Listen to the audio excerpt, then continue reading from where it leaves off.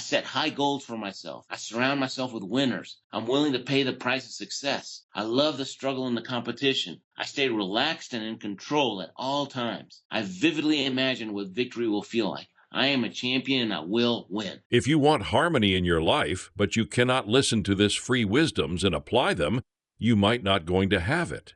He's an Olympian, but can you guess how many times he won? Try 1 time, you think? 2 times? How about 3 times? Try 4 times. Please welcome Ruben Gonzales. Thank you so much for coming on the show. And let's get this going because I have so many questions that I would love to ask you so I can share with the listeners. How did your Olympics journey begin? Well, you know what? When I was 10 years old, I saw the Olympics on TV for the first time, and I was hooked. I caught the dream, right? The dream grabbed me, and I wanted to become an Olympian. But the problem was I was not a great athlete. I was always the last kid they picked in school for sports. Mm-hmm. And so it was a pipe dream. It was a fantasy dream. Mm-hmm. So if you don't believe something is possible, why even try? And so I talked about it a lot, and I read about the Olympics. I became an Olympic expert, right? Because I read so much about it, but I didn't take action. Mm-hmm. And after a couple of years, my dad got tired of me talking the talk, but not walking the walk.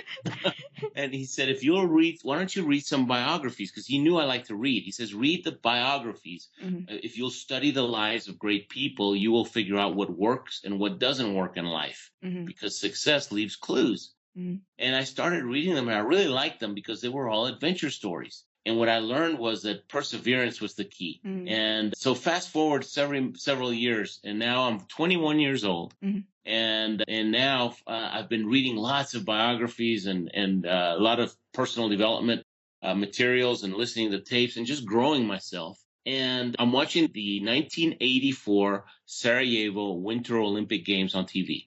And I see a little guy that's about 18 years old, 100 pounds, and he wins the gold medal in figure skating. His name was Scott Hamilton. Oh. When I saw him, I got inspired, and the belief kicked in all of a sudden. I thought, if that little guy can do it, so can I. I'm going to be in the next Olympics no matter what. I just have to find a sport. And so I picked the luge because I thought, looks like a lot of broken bones. Maybe there'll be a lot of quitters, too. I quit. And so I decided to use the attrition rate to make it. And it's actually a good strategy because if you're willing to outwork the competition and do difficult things, you will move up. And there's a lot of room at the top. Everybody thinks there's no room. There's a lot of room if you're willing to do what it takes. That is very interesting because I'm thinking when you say the top, I'm thinking like a pyramid shape. Like at the top, there's less room. Yeah, that's a great point. But I think it's an upside down pyramid. Okay, awesome. Now, take us through the moment when you're going through that luge on that icy mountain at 90 miles per hour. The luge track is a chute of ice that starts 50 stories up the mountain. Oh my 50 God. stories, that's way up there. Yes. And you're going to be sliding down that ice chute, right? And it's the same track that the bobsledders use. If you saw the Jamaican bobsledders in Cool Runnings, it's the same track. And so you're going to be going 90 miles an hour. You got no brakes. And it's very scary. Especially for me, because I started when I was 21 years old. Mm-hmm. Most losers, they start when they're 10 years old. Wow. So little 10-year-old kids, they're bulletproof. They're not afraid of anything.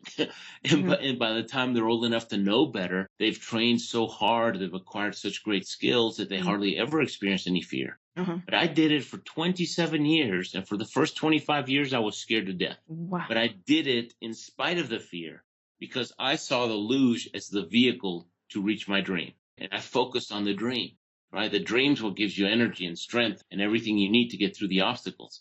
And so I didn't even like it till the last couple of years. But you're flying down that track 80 miles an hour, and it doesn't take much. The sled is very responsive. All it takes is very tiny movements, very similar to when you're riding a bicycle. It doesn't take much to make it turn, right? You just lean a little bit one way or the other, and it turns. Or when you're driving the car in the freeway, you don't move the steering wheel a lot. You move it a quarter inch, and it moves, right? Same thing. Mm-hmm. And so any emotion will cause it to respond. If you hiccup, that could be enough of emotion to cause you to slam against the wall and crash. If it's your turn to go and you get the hiccups, you're going to have a rough ride. But you cross the finish line, and even before, when you hit a curve at that speed, if it's a tight curve, you pull up to 6 Gs. Oh. That means 6 times the force of gravity. So I weigh 200 pounds. So for a few instants, I'm feeling 1,200 pounds on my body. Feels like a polar bear sitting on my chest. And you get to the bottom, you just want to quit. You want to do something easier. And a lot of people quit. And it was a good strategy that I took because, gosh, 9 out of 10 people quit the sport. I like your strategy. And by the way, how many times did you break your bones? You know what? I broke my foot twice, my knee, my elbow, my hand, my thumb, a couple of ribs. My neck, it's a chiropractor's dream. They find things there they've never seen before. But, and all those breaks were different ones, okay? All different times that I had to come back. But my attitude was a broken bone is a temporary inconvenience. Because bones heal. In 40 days, it's stronger than before. And so as long as you keep your attitude up, and you have to protect your attitude, right? When something happens, you can't start saying, oh, life's so unfair. This is so terrible. Why does this always happen to me? Man, if you start saying that to yourself, you're never coming back up. And so I went in with the attitude that, hey, broken bone, no problem. I'll just keep going. Okay. Wow. Awesome. So now, since you had so many broken bones, was there ever a time when people come up to you, Ruben, dude, isn't about time to quit? Yeah, especially my parents. Yeah. In fact, my parents never saw me do the luge because they were too afraid to watch me get hurt. They would wait till I brought the videotapes after the Olympics. But I had people tell me, what do you think you're doing? And especially at the end the first 2 years are really tough. That's when you're learning how to steer the sled. And gosh, the first 2 years I was crashing 4 out of 5 times and that hurt. But I kept at it. And after a while, I was crashing 3 out of 5 and then 1 out of 10. And after 2 years, I was crashing 1 out of 100. I finally figured out how to drive it. And so I had developed the skill. And I tell everybody, I've told my kids ever since they were little, I've told them everything is tough at the beginning. Everything's difficult at the beginning because you have no skills. And so if you go in with the attitude that I'm going to stick it out, I'm going to persevere, I'm not going to quit, eventually you'll get the skills. And then you'll start getting the results. And then people start calling you lucky. But you have to persevere when it's tough. By the way, I am a fan of Luge and I'm a fan of yours. And every time when you're coming down that track, literally, I was holding on to the arm of my sofa. Well, I wish that I had something to hold on to.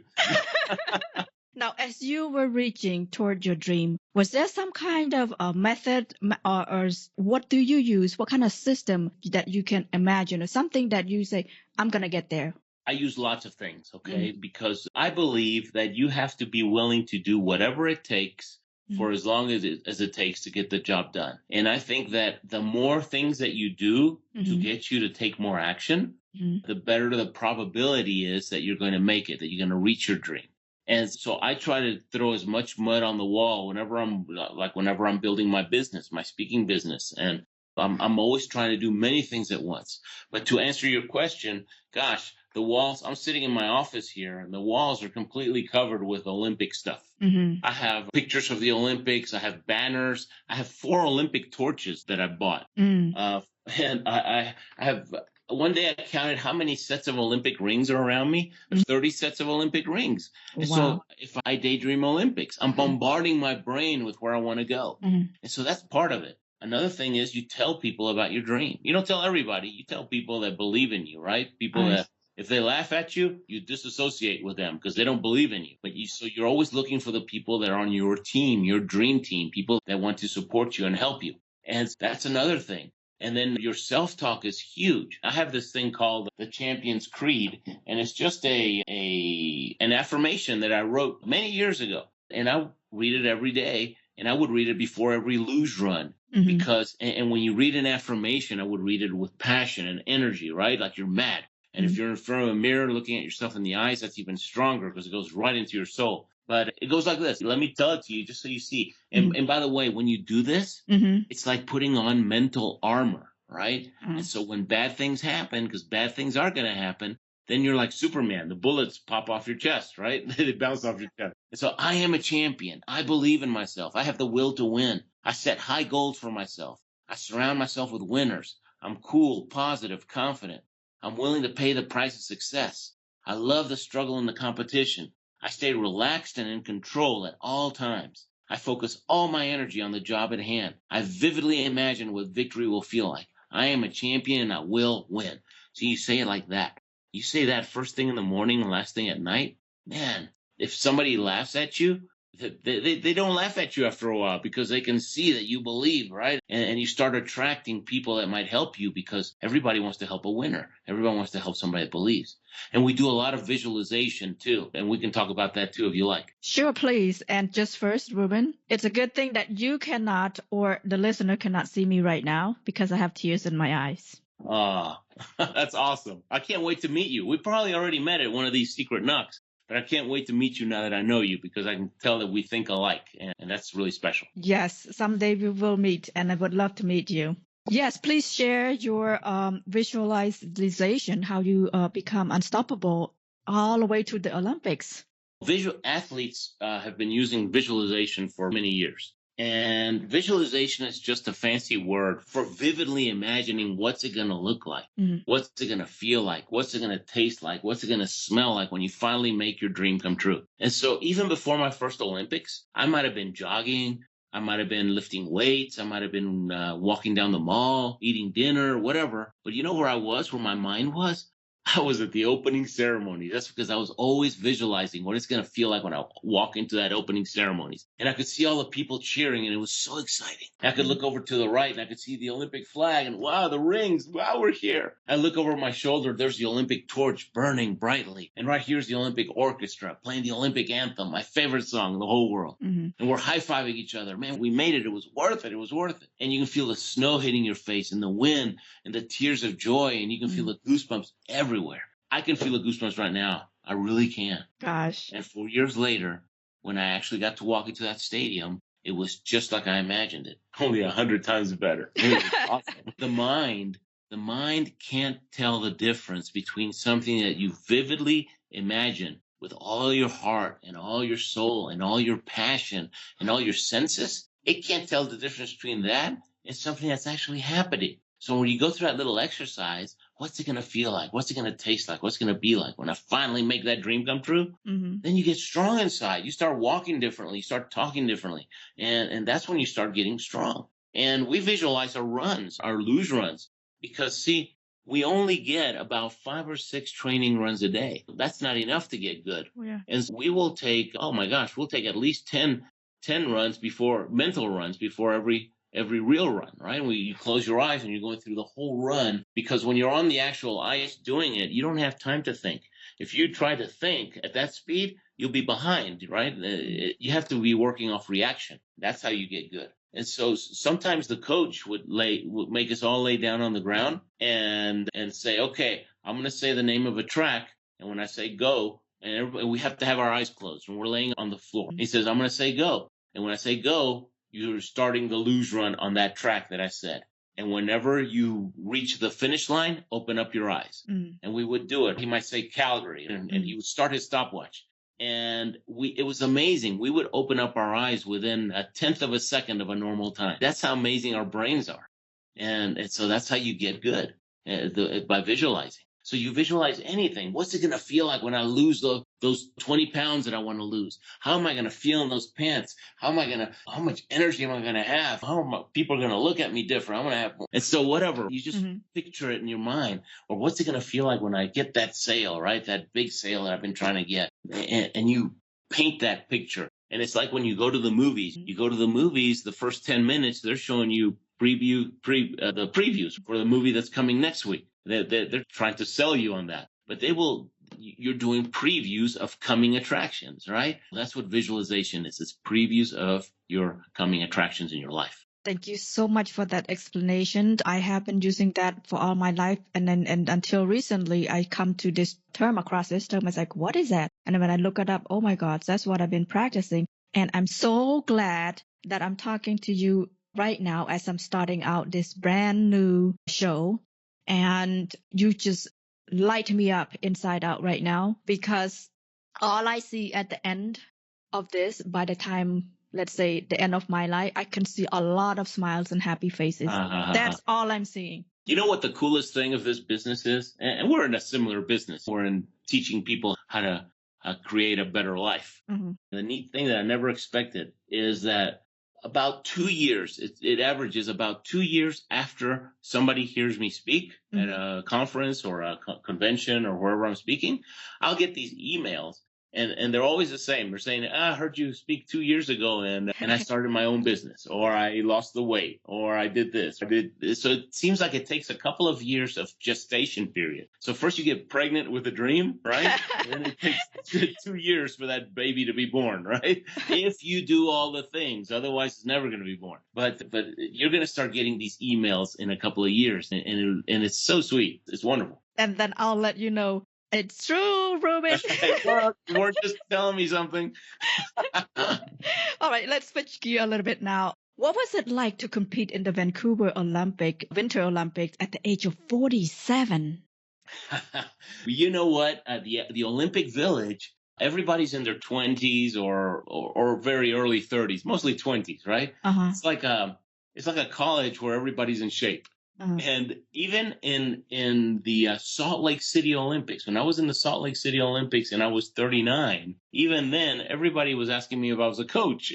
I said, no, I'm an athlete. And they said, nah, come on, you're a coach. And so after hearing that enough times, I started thinking, I guess this is my last one. I better really enjoy it. And so I was starting to believe all these limitations of what other people were telling me. And so after Salt Lake City, when I was 39, I came back and I started speaking professionally, and building this business kept me busy for about 6 years, right? It was a next challenge, and that I love a challenge. And so that kept me busy, and it was great. But after 6 years, I started getting bored because business was too good. So I was looking for another challenge, and I found out that no one had ever done 4 Olympics, each in a different decade, in the winter. It had been done in the summer, but not in the winter. And I thought, that's great. That's like Guinness Book of World Records stuff. I'll start again. And I started training. And at first they wouldn't let me back. They said, we're not going to let you back. The International Luge Federation, they said, number one, you're too old. Number two, you haven't been luging for 6 years. If something happens to you, we're going to look bad. And I said, man, you can't do that. At least give me a chance to prove myself. You have to fight for your dream. There's always somebody out there that wants to step on your dream. Tell you you're not good enough, or it's impossible, or man, when they tell you it's impossible, it just means it hasn't been done yet. So anyways, they gave me a challenge. They said, okay, the new luge track is the fastest in the world. Most tracks are 80 miles an hour. This one's 95. And it's going to be open for international training for 10 days. Everybody gets 24 runs. Go do that international training, and after it, we'll talk. And they must have figured, Ruben's just going to go kill himself. Then we don't have to worry about him anymore. And break some more bones. That's right. But I was the only one out of everybody that didn't crash a single time. Even the Olympic champion crashed. I didn't break any speed records, but I didn't break any bones either. And so I needed to show them that I was safe, that I was okay, that I wasn't going to kill myself. And after those 10 days, I said, okay, you're back. This is what you need to do. And the old qualification back in the old days was top 50 in the world got to go. And so what you do is you have World Cup races every year. Like NASCAR has all their races, same thing. And so we race in different tracks every week, and you get points based on your results. And they add up the last 2 years of results, and top 50 get to go. 51 watches it on TV. For Vancouver, it's going to be top 40. And I was always about 45 in the world, so it was going to be tough. But so when I made it, I was so excited because I had been able to reach another level that I hadn't reached before. And oh my gosh, at 47 in Vancouver, everybody was asking me if I was coach's grandpa. What is grandpa doing here? That's right. That's right. How'd you get in here? For security? So, but you know what? When I would speak, especially that last year when I was really focused on competing and trying to get to the Olympics, people would always ask me, sometimes at the Q&A after a presentation, they would say, hey, Ruben, are you going to win the gold medal? And I told them, man, at my age, I'd be happy to make the cover of AARP magazine. But I just want to show people that it doesn't matter how old you are. Don't make age an excuse that you can't make your dreams come true. Because some people say, oh, I'm too young, I got to wait a few years. And then the other ones say, oh, I'm too old, I should have done it 20 years ago. And so they're just making excuses. Now, you said you were a speaker. You used to be a Copier's salesperson in downtown Houston. Yeah. Why did you make that switch? It was a God thing, okay? I feel like my whole life is a God thing. I would sell copiers in downtown Houston. So have you ever seen the picture of downtown? That's where all the tall buildings are, and that was my territory. And I've knocked on every door of every floor of every building in downtown Houston several times, right? I was very perseverant, and I sold a lot of copiers that way. I just outworked competition. And right when I came back from the Salt Lake City Olympics in 2000, actually right before, this little kid in my neighborhood, a little 5th grade kid, he asked me to be his show and tell project in school. He says, Ruben, will you be my show and tell in school? And I said, okay, sure, why not? And I pictured, how bad can it be? It's a bunch of 5th graders, maybe 20 of them in his class. They're all bringing something to show that day. So I'm going to be in and out of there in 5 minutes, right? Piece of cake. But I'm going to win show and tell. I'm a little competitive, right? I brought the sled. I brought the helmet, the Olympic torch. I brought everything. I get to the school. Principal takes me to the auditorium, and there's 200 kids sitting down there, all the 5th graders. Oh, my gosh. I almost died. That door looked so good. I wanted to escape. And I said a little prayer. I said, what do I have to do now, God? And what I felt I needed to do was just tell them your story and give them some pointers that'll help them reach their dreams. And I did. And afterwards, as I was leaving, the teachers, they surrounded me, and I said, what do we have to do to get you to stick around one more hour? We'll pull the 4th graders out of class. They have to hear this. And I said, hey, bring them on. That was fun. So the second time around was a little better. And then as I was leaving, the principal, he got in my face and he starts shouting at me. He says, Ruben, you're better than the people we pay. You have a gift. You need to do this for a living. I said, what? You get paid for show and tell? And he said, no, man, it's a speaking profession. Don't you know anything? And apparently I didn't. But he got me to thinking so much about it that for the next 3 days, I was thinking I was just being myself up there on stage. And when I'm on stage, I talk to them just like I'm talking here. It's a conversation, right? Yes. I just keep it real. It's not, and I speak from the heart. And what I hear the most is from people is, man, you're so real. You're so genuine. And I'm thinking, that's easier than trying to make everything up and have to remember what you were lying about, right? So 3 days later, I quit my job. And I figured if I can sell a copying machine, I can sell a Ruben too. And I started calling everybody, hitting the phones and speaking slowly at first. It took about 4 years for up and down. And we were on food stamps at the beginning. It was that bad, but I just kept at it. And after about 6 years, we were able to pay off the house, pay off all my luge debts. And a couple of years after that, we were able to move to Colorado, and we live on acreage out here. Beautiful place. You can ride horses in my backyard. It's so big. Wow. Awesome. Congratulations. Dreams come true. And you know what? For years, we wanted to move to Colorado. Okay. But Houston's hot, humid, sticky, traffic, mosquitoes, right? And so real estate is cheap over there. You get a lot of square footage. But you move over here or you move to California, you get half or a third. And so we had to build a big business to be able to move. And during that time, we would take all our vacations to Colorado. For about 6 years, we're really focused on it. And we would put pictures of Colorado all over the walls in the house. We would listen to Western music and visualize that. And 6 years ago, we were able to make the move. And now we live in a great place. And so this visualization stuff and these principles that I'm talking to you about work for everything. They will help anyone, anywhere, anytime.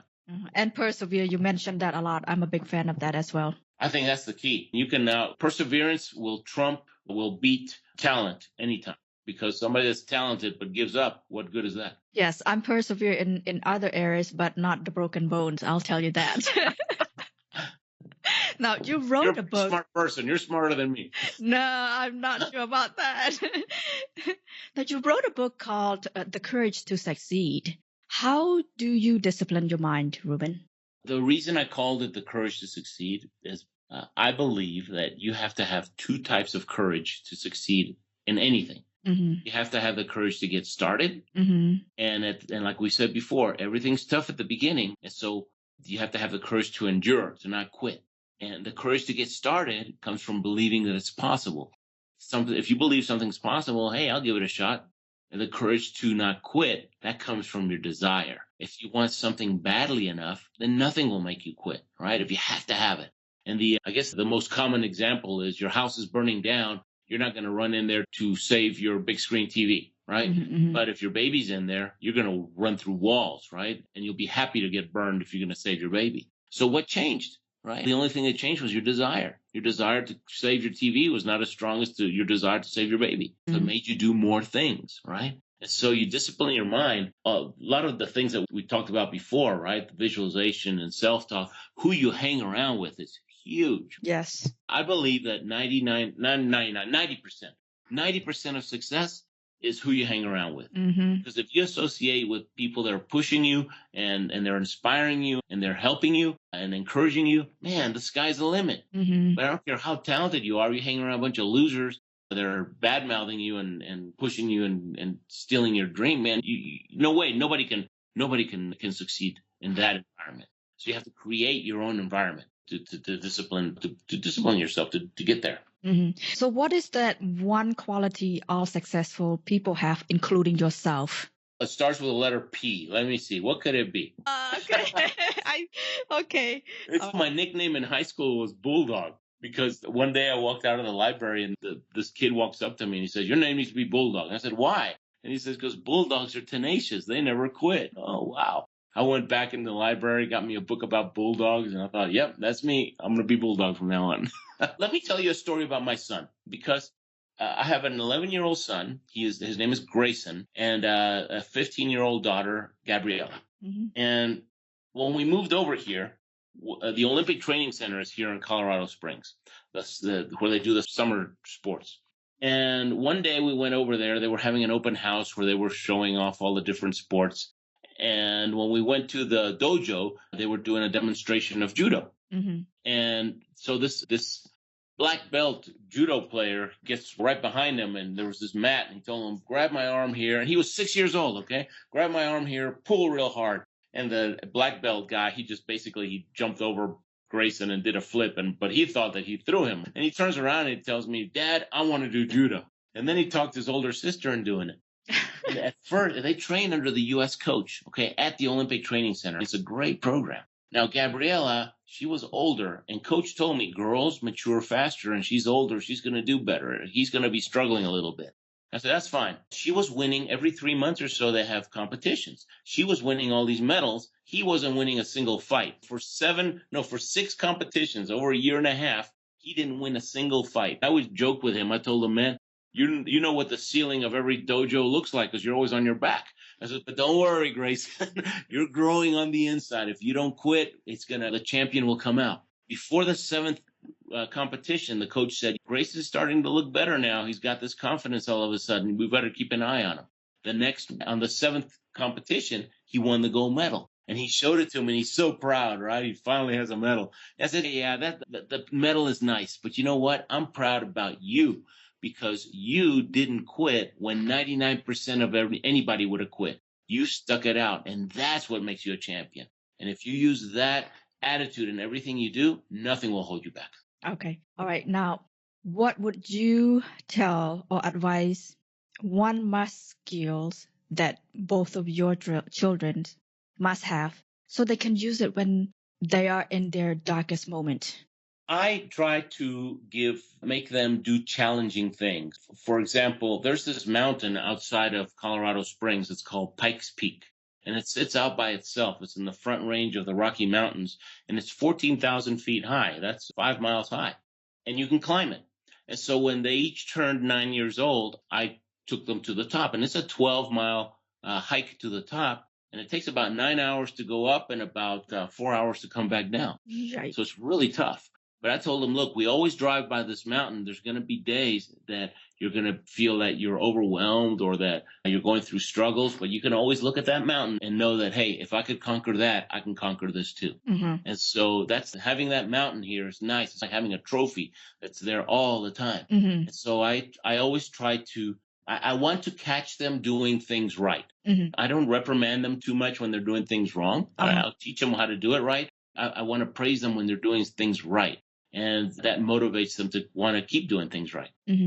Awesome. Thank you. Thank you. You Now, know, well, I'm sorry. Let me sure, tell sure, you sure. one Go more ahead. thing because this is so important. Uh-huh. I don't praise them for, oh, you're so smart. Oh, you're so fast. I don't praise them for that. Uh-huh. Because if you praise a kid or an adult about being smart, Uh-huh. then they're going to be afraid to take harder classes because they're going to fear that, oh, if I don't do well in that hard class, then I'm not going to be smart anymore. They're trying to keep up this false image. Uh-huh. I praise them for hard work all the time. Man, I'm so proud of you. You work harder than anybody else. And so if I praise them for hard work, that's going to make them want to work harder. That is very interesting because from where I grew up, our parents usually don't praise us because they're thinking if they praise us, we have this big fat head and we're not going to do well. I can totally understand that. Yeah, praise them for hard work because work ethic will get them places, right? Or for perseverance. Man, you're so That's awesome thing to praise them for, right? But don't praise them for being smart because then they think they've arrived. I see. Now, Ruben, what is the one thing that you do? You know what? The Olympics are a lot like they're such a high. Yes. That I think it's similar when a woman has a baby. That how after they have the baby, many times they have the postpartum depression, right? Because they're so excited now. Oh my gosh, I got to change diapers now. But but they go into depression. And after the Olympics, it's very common for athletes to go into depression. There's even been several cases of gold medalists committing suicide because they thought, how am I going to top this? They're 20 years old. They've reached the top and they think that's as high as they can go. And so you have to have another dream. When you're getting close to reaching one dream, you better be thinking about the next one. Otherwise, you're going to have that dip. And it's funny. When I finished the Salt Lake City, and it happened to me after Calgary, my first Olympics, I went through a depression period. After Albertville, same thing. And then after Salt Lake City, I didn't because I was so busy building my new speaking business. I had always wanted to be my own boss. And now I was chasing that dream that I was too busy chasing a dream to be depressed. Does that make sense? Yes, absolutely. Always be proactive and have a plan one step ahead. Yeah. And so that creates a paradise within because you're always going for something new. Yes. And it has to be your dream, right? My parents wanted me to be a doctor. And that was their dream, right? And I tell you, I am saving lives by not being a doctor because you don't want me operating on you. I think you are a doctor in a different fields, just a bit of different title. Oh, thanks. You're so sweet. Thank you. Now, how can people get in touch with you, Ruben? You know what? For the people that are listening to this, since it's mostly ladies that are in business for themselves. Is that correct? Ladies and also anybody who trying to get out of their darkest situation, challenges, however you want to say, career switching, you name it. I have a website called Ruben Success, RUBEN success.com. And in there, and if you go through the top, you can go and look at my videos of speaking and go to a bookstore and lots of different things. But the main thing on Ruben Success, when you hit that page, is I've created a 13-week program, 13 audios. They're about 30 minutes long, like this call, where I teach people the principles of success. And it starts with the dream, right? Because you have to learn how to get back to that and touch with that dream. And then I teach you all the habits, how to develop the habits of successful people. And it takes 3 months. And then there's a few little exercises you have to do too, because you can't just be listening to it. I try to get people to take action. But it's a great program. And you can actually take the first week for free with no obligation. You can just sign up and you'll get an email with a link to the first one. And if you like it, when I put it together, my mindset was when I'm no longer around, I want this to be what my kids and my grandkids remember me by, because it's going to be me teaching what they need to do to be more successful in life. Thank you so much, Ruben. It has been a golden time, and I don't know, I'm just right now all chilled and excited. And you need to close that window, put on a sweater, okay? It's incredible. In fact, I do have a throat that's covering me right now. It's great being on your show. Yes. Keep doing what you're doing. You're really good at it. And you're going to touch a lot of lives. And you're going to start getting those emails soon.